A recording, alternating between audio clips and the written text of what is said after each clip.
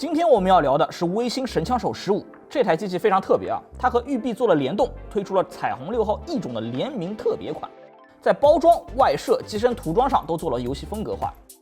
微星这几年也没少做这样的设计啊，像之前评测过的龙盾限量版强袭 G166 就有类似的涂装方案。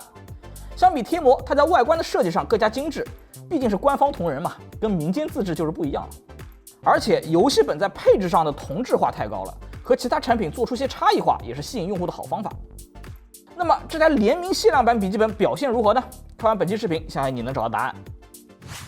先来看一下配置啊，神枪手15彩虹6号异种联名款搭载了 i71700H 处理器，6大核加8小核，共14核20线程。显卡是最高140瓦的 RTX 3060，内存仍然采用了 DDR4， 由2根8G 组成双通道，频率3200兆赫兹。硬盘是512GB 的美光2450，之前没有见过这个型号。屏幕是一块 15.6 英寸2560×1440分辨率165赫兹刷新率的 IPS 屏，标称色域为100% P3。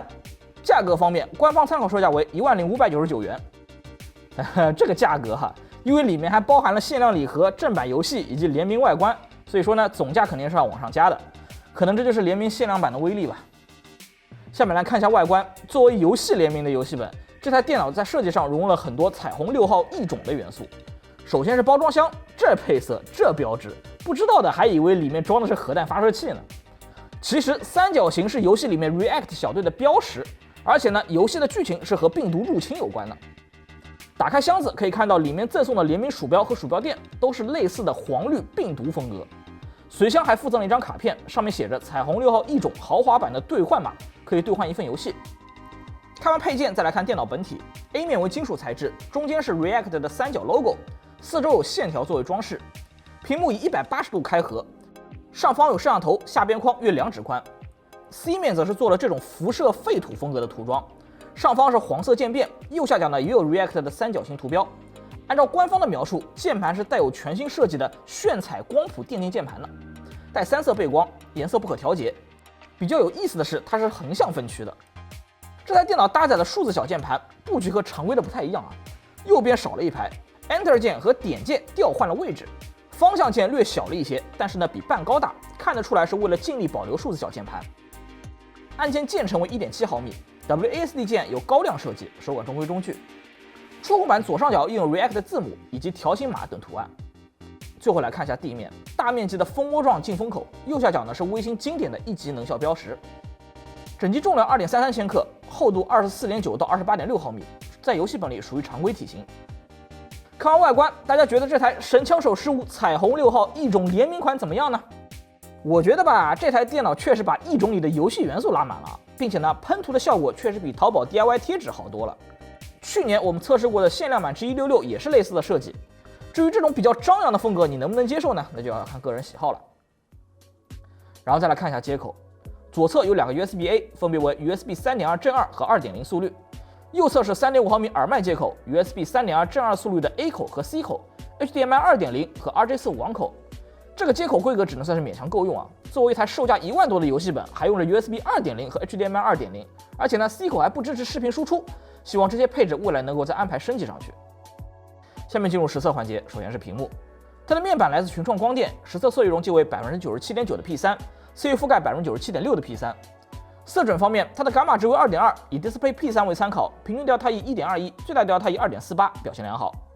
不过呢，它没有做色彩管理，在显示 sRGB 内容时会有过饱和的现象。屏幕最大亮度为336尼特，全亮度 DC 调光。响应时间方面，黑白响应为 10.7毫秒。灰阶响应为 15.9 毫秒，在控制中心里开启 OD 选项后，黑白响应时间降低到 10.1 毫秒，灰阶降低到了 8.35 毫秒。而且呢，难能可贵的是，过冲鬼影现象并不明显啊。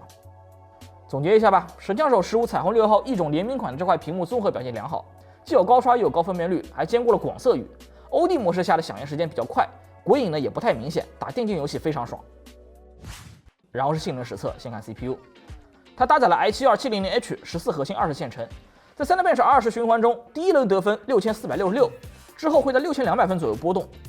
跑分时，第一轮 CPU 功耗先达到110瓦，然后呢回落到85瓦，之后则是先达到95瓦，然后回落到80瓦左右运行。对应的 P 核频率在 3.1 到 3.5G 赫兹，E 核频率呢变化比较小，2.8G 赫兹左右。这个成绩算是中规中矩吧，比起去年11代处理器的机型呢有明显进步，但是放在今年动辄100瓦的游戏本里就不怎么激进了。另外，这台电脑的 N-Core 功耗在5瓦左右，比之前我们测的大部分游戏本好一些。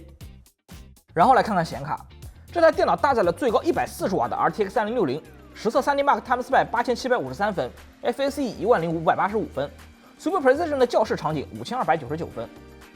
跑分中我们发现，这张 RTX 3060跑分时的功耗在135瓦左右。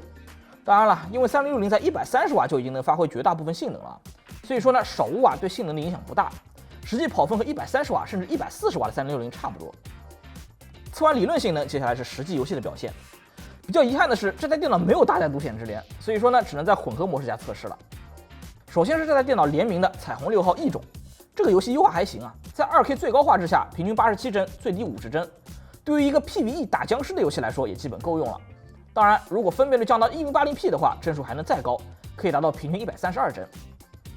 然后是比巴的几个传统单机测试项目，古墓丽影能够达到76帧，地铁战神4能够达到50多帧，而2077、地平线5和消失的光芒2帧数低一些，都是40多帧。最近2077更新了 1.5 版本，加入了基准测试，实测这个 benchmark 的帧数比我们之前测成要高，大概11%。主要的原因是基准测试选取的都是跑图逛街场景，压力比较小，而我们之前测试的选择是开车枪战场景，整体帧数都会低一些。然后是 1080p 分辨率下的成绩。此时除了地平线5，其他游戏都能跑到最高画质60帧以上。3060对于这个分辨率的单机还是够用的。网游部分 ，2K 分辨率下 ，Dota 2 130帧 ，CS:GO 300帧 ，Apex 146帧可以流畅运行。1080p 分辨率下帧数有一定的提升，但是还是偏低啊。主要是因为没有直连，核显输出的带宽拖了后腿。如果使用连接外屏的方式实现独显直连，那么帧数还能再提高一些。测完游戏再来看一下生产力软件。Adobe 三件套 PS 941分 ，AE 911分 ，PR 961分，得分和类似配置的 G15差不多。看来在这些软件里 ，DDR4 和 DDR5 内存目前还拉不开明显差距。神枪手15的性能用来剪个视频修修图是足够的。在各种工业软件中，大部分情况下神枪手15的成绩和 G15 接近，而西门子和 SolidWorks 这2个软件得分低一些。总的来说，神枪手15彩虹6号一种联名款的性能表现呢，基本符合我的预期。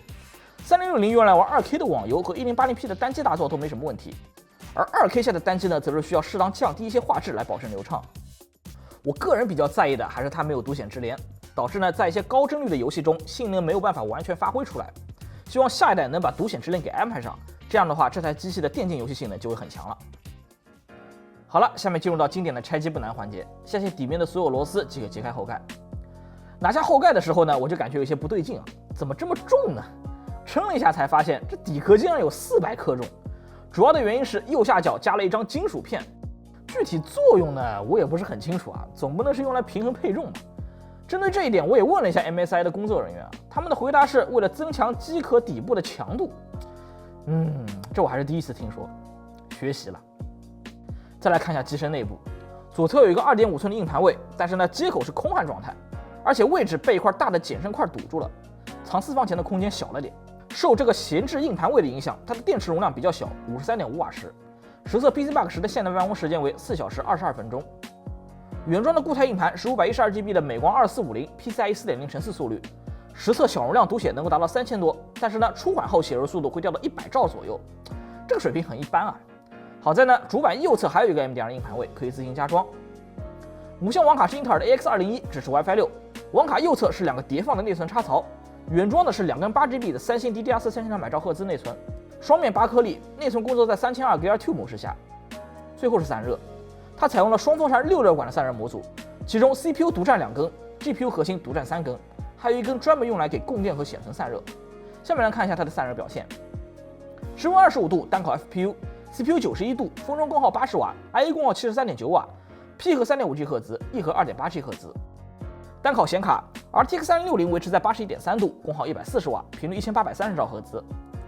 双烤 CPU 88度，封装功耗50瓦 ，IA 功耗42.7瓦 ，P 核 2.5G 赫兹，E 核 2.3G 赫兹。显卡74.8度，功耗115.3瓦，频率1830兆赫兹。以上的成绩都是在极致模式下测得的。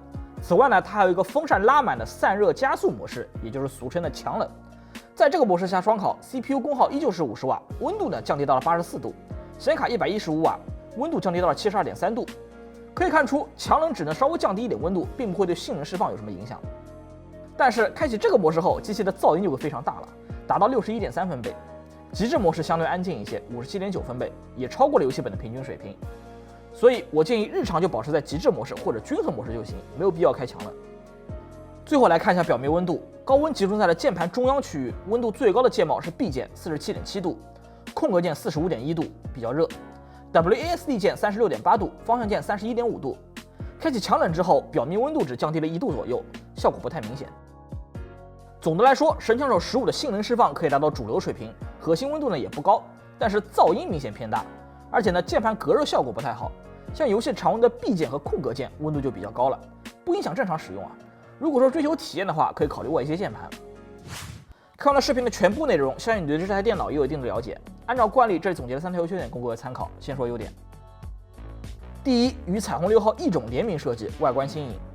作为一台游戏联名的限量款笔电，这台电脑在外观上融入了不少异种的元素，让人一眼就能看出来你是玩游戏的。而且呢，原厂涂装的效果呢，也比那些电商平台上卖的贴纸强多了。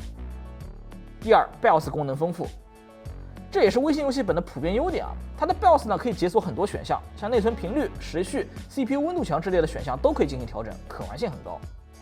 第三，售后政策较好，这台电脑支持2年全国上门，加上2年全国联保。其中还包括1年的全球联保，在游戏本中比较少见，对于电脑小白来说，说不定就能用得上。聊完这台电脑的优点，自然也要说一下它的缺点。第一，不支持独显直连。在我看来，独显直连对于2022年的游戏本来说，应该作为标配功能。目前的大部分主流游戏本都已经普及了独显直连，但是神枪手15还没有。像 DOTA 2这种高帧率的网游，帧数就会受到影响。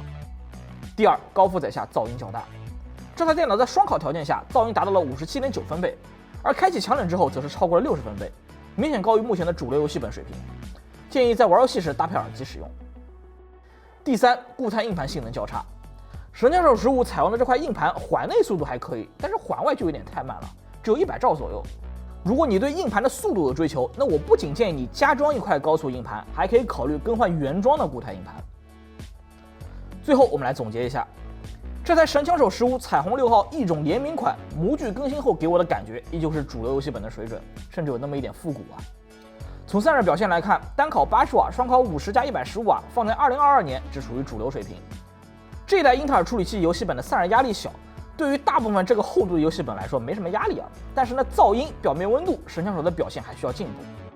从外观造型来看，这台电脑的联名涂装下了功夫，在 IP 联名部分做的还算不错。如果你愿意为这个部分设计付费，那么呢，它的确可以考虑。不过话又说回来啊，这要从产品销量、品牌立标杆的角度来看，我更希望微信能够把联名款的设计放在高端机型上，让神枪手系列落到划算的价格区间内，可能会是一个更合理的产品策略。好的，以上就是本期视频的全部内容了。喜欢的话，不妨来个长按点赞，一键3连支持一下我们。如果你还每天都和我一起互动，可以关注比巴评测室的官方微信公众号，我们都会在里面点评一款电脑。这台电脑或许良心，或许坑爹，但我们的目的就只有一个：交流买本心得，帮助电脑小白。这是比巴评测室，我是猪王，我们下期视频再见吧。